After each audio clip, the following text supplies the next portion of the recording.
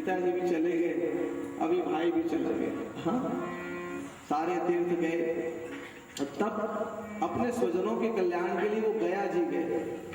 हाँ, और परंपरा होती है कि गया श्राद्ध हर जीव को अपने पितरों के लिए करना चाहिए। तो गोकर्ण महाराज ने भी गया श्राद्ध किया और गया श्राद्ध करके जब लौटे अपने गांव, अद्भुत गांव वासियों ने उनका स्वागत किया कि गोकर्ण जैसे महाज्ञानी आए। हाँ? सब ने कहा कि गोकर्ण महाराज जी हमारे घर में निवास कीजिए, किसी ने कहा हमारे यहाँ निवास कीजिए, लेकिन गोकर्ण जी ने कहा नहीं, अपने घर में ही निवास करो। कहा प्रभु तो खंडहर हो गया, कोई बात नहीं, घर है। गए, छोटे से स्थान को पवित्र किया और जैसे ही सोने का प्रयास करने लग गए तो अचानक दृष्टि पड़ी कि छोटा सा भेड़ का बच्चा यहाँ वहां उछल रहा था। गोकर्ण जी महाराज को आश्चर्य, भेड़ का बच्चा कहाँ से आ गया? उठ के बैठे तो थोड़े ही समय में वो भेड़ का बच्चा एक हाथी के रूप में बदल गया। दो ही क्षण में हाथी का भी स्वरूप त्याग करके एक राजा के रूप में दिखाई देने लग गए और तब वो राजा का भी स्वरूप त्याग करके एक छाया रूप में दिखाई देने लग गया। वो स्वरूप कुछ कहने का प्रयास वो छाया कर रही थी। गोकर्ण महाराज को थोड़ा भय तो हुआ, लेकिन जान गए कहा ये कोई प्रेत है लगता है। क्योंकि 84 लाख योनियों में प्रेत भी एक योनि होती है। हाँ, ये प्रेत योनि में भटक रहा है, कोई चीज कुछ बोलना चाह रहा है, बोल नहीं पा रहा है। गोकर्ण महाराज ने कमंडल का जल लिया और जल लेकर के सीधा उस छाया रूपी प्रेत के ऊपर छोड़ दिया जल, और जैसे ही जल पड़ा उसके ऊपर बोलने की क्षमता मिल गई और कहा उसने कि मैं कोई सामान्य प्रेत नहीं हूँ। अपना परिचय बता दिया कि अहम भ्राता त्वदीयो, मैं आपका भाई हूँ, धुंधुकारी और धुंधुकारी मेरा नाम। हाँ, आप जान रहे स्वकीय नैव दोषेन ब्रह्मत्वं नासितम। अरे मैंने जीवन में इतना पाप किया कि उस पाप के प्रभाव से सारा ब्राह्मणत्व मिट गया और यहाँ प्रेत बन करके मैं भटक रहा हूँ। तो बहुत दुख पा रहा हूँ भाई, मेरे सद्गति का कोई प्रयोग करो। गोकर्ण महाराज ने कहा कि अरे धुंधुकारी, मैं जान रहा था कि तेरी अकाल मृत्यु हो गई और तेरी सद्गति के लिए मैं गया जी गया और गया जी में जाकर मैंने विधिवत तेरा श्राद्ध किया। और सनातन धर्म का आदेश है कि गया श्राद्ध होने के बाद जीव को मोक्ष पद सुलभ हो जाता है, लेकिन तुझे कैसे सुलभ नहीं हुआ? तू कैसे भटक रहा है प्रेत बन के? धुंधुकारी ने कहा कि देख भाई, जिन जीवों के जीवन में थोड़ा बहुत पापादि कर्म हो जाता है ना, तो गया श्राद्ध से उनकी मुक्ति हो जाती है। लेकिन मैं तो संसार में इतना बड़ा पापी हूँ, एक गया श्राद्ध कौन कहे, मेरा 100 गया श्राद्ध भी कर दोगे ना तो मेरी मुक्ति होने वाली नहीं है। कि गया श्राद्ध सतेनापि मुक्तिर्मे भविष्यति, 100 गया श्राद्ध में मेरा कल्याण नहीं होगा। और जब ये बात सुनी ना तो गोकर्ण महाराज को बड़ा आश्चर्य हुआ।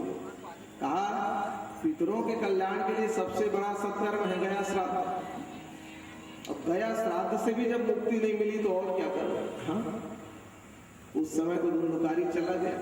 रात भर गोकर्ण महाराज को निद्रा नहीं आई। सुबह सुबह भगवान भुवन भास्कर सूर्य नारायण उदित हो रहे थे, सीधा सूर्य नारायण को ही स्तंभित कर दिया गोकर्ण महाराज ने। हाँ? और कहा प्रभु सारे संसार का अंधकार आप मिटाते हो, मेरे हृदय का भी अंधकार मिटा देता है। अरे भाई का सद्गति नहीं हुआ गया श्राद्ध के बाद भी, ऐसी कौन सी क्रिया आप मैं करूं जिससे उसकी गति बन? हाँ? तब सूर्य नारायण भगवान ने कहा कि गोकर्ण सप्ताहे वाचनम कुरु। सप्ताह ज्ञान की परंपरा से भागवत कथा का वाचन करो, जिससे तुम्हारे भाई को प्रेतत्व से मुक्ति की प्राप्ति हो।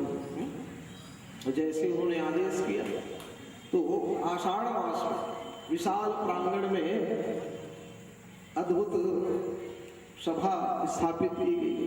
और व्यास पीठ पर गोकर्ण महाराज भी बैठे और गोकर्ण महाराज व्यास पीठ में बैठकर भागवत कथा का गान करने लगे। और भागवत कथा जैसे ही प्रारंभ हुई ना, तो उन्होंने धुंधुकारी का भी आवाहन किया। हाँ, सब लोग तो आए सो आए, लेकिन धुंधुकारी को भी बुलाया गया। हाँ, प्रेत थे ना। हमारे यहाँ वेद मंत्रों में देवताओं के आवाहन का तो मंत्र है ही, लेकिन प्रेतों के भी आवाहन का मंत्र है। हाँ, उन वेद मंत्रों से आप प्रेतों को भी आवाहित कर सकते हैं। हाँ, प्रेता जयता नर इंद्रो सर्वमजच्छतु, पूरा नहीं बोलेंगे। हाँ, लेकिन प्रेतों को भी बुलाने का आवाहन मंत्र वेदों में। और जैसे ही उन्होंने बोला, आवाहन किया, तुरंत वहां धुंधुकारी का आगमन हुआ और भागवत कथा वो सुनने लगे। लेकिन देखो, प्रेत का कोई शरीर नहीं होता, वायु रूप में सुनने तो जरूर आया धुंधुकारी, लेकिन हवा का झकोर इधर चले तो इधर उड़ जाए, उधर चले तो उधर उड़ जाए। हाँ? एक जगह बैठ करके धुंधुकारी कथा नहीं सुन पा रहा था। गोकर्ण महाराज ने कहा, तो ऐसे में तो कथा का फल उसको मिलेगा नहीं, क्योंकि कथा आप सब सुनने बैठे, कथा के श्रवण की परंपरा होती है। हाँ? कौन सी परंपरा? तो वेदों में बताया गया, कथा अगर सुनने बैठते हो तो जितासन हो जितस्वास, सबसे पहले आसन को जीतने का अभ्यास होना चाहिए। हाँ?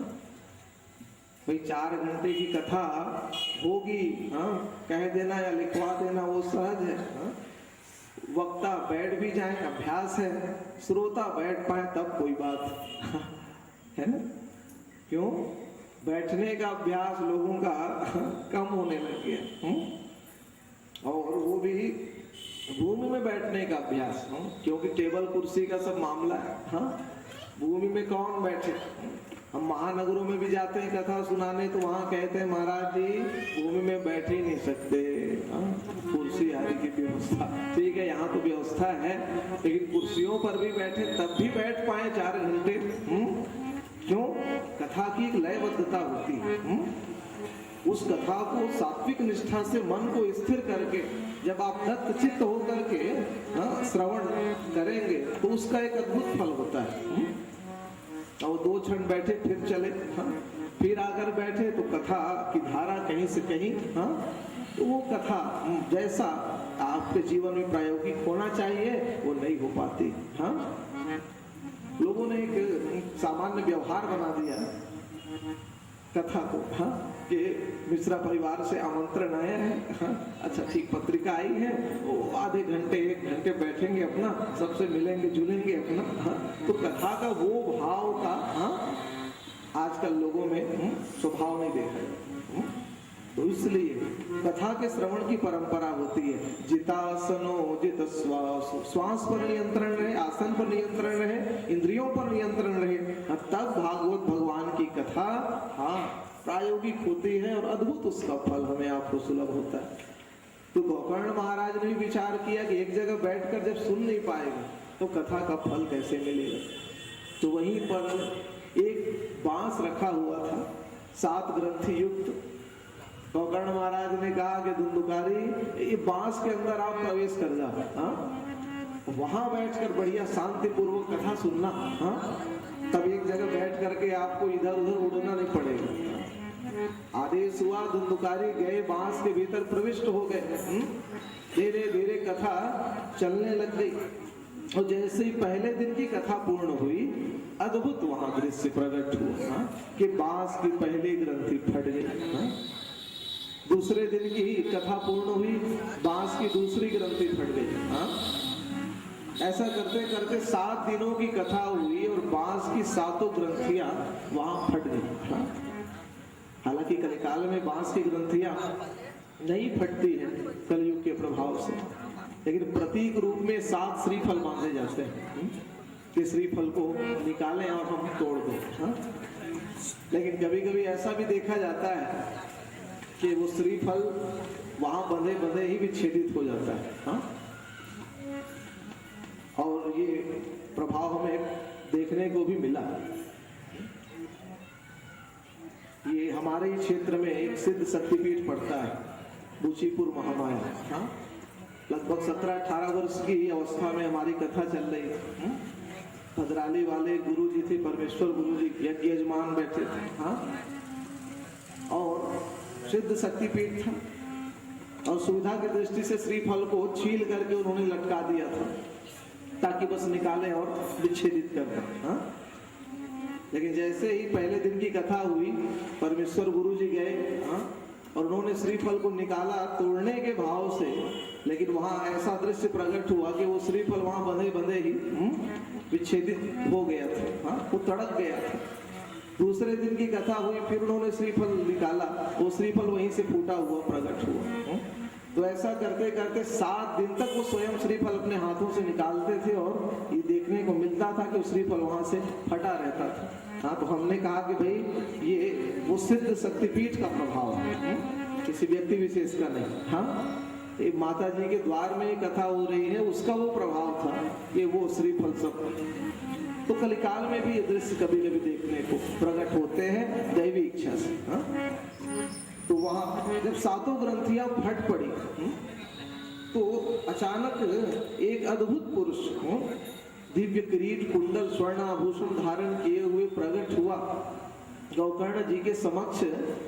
तो गोकर्ण ने उसका स्वरूप देख करके पूछ दिया कि ऐसा स्वरूप लग रहा है कि मानो भगवान के कोई पार्षद यहाँ खड़े हो। हाँ, परिचय क्या है आपका? हाँ, उन्होंने कहा कि भाई पहचान नहीं रहे? हाँ, अरे वो तुम्हारा प्रेत भाई धुंधुकारी हूँ, धन्य है तुम्हारी भागवत की कथा, जिसके श्रवण मात्र से मुझे प्रेतत्व से मुक्ति मिल गई। धन्या भागवती वार्ता प्रेत पीड़ा, प्रेतत्व से मुझे मुक्ति मिल गई, धन्य तुम्हारी भागवत की कथा। हाँ, दया श्राद्ध से भी जो मुक्ति मुझे सुलभ नहीं हुई, तो भागवत कथा के श्रवण से मुझे प्राप्त हुई। हाँ, चर्चा चल ही रही थी कि दिव्य वैकुंठ से विमान आए, नंद सुनंद पार्षद बैठे हुए थे। उन्होंने कहा, चल धुंधुकारी, तूने देव दुर्लभ भागवत कथा का श्रवण किया है, तुझे मोक्ष पद सुलभ होगा।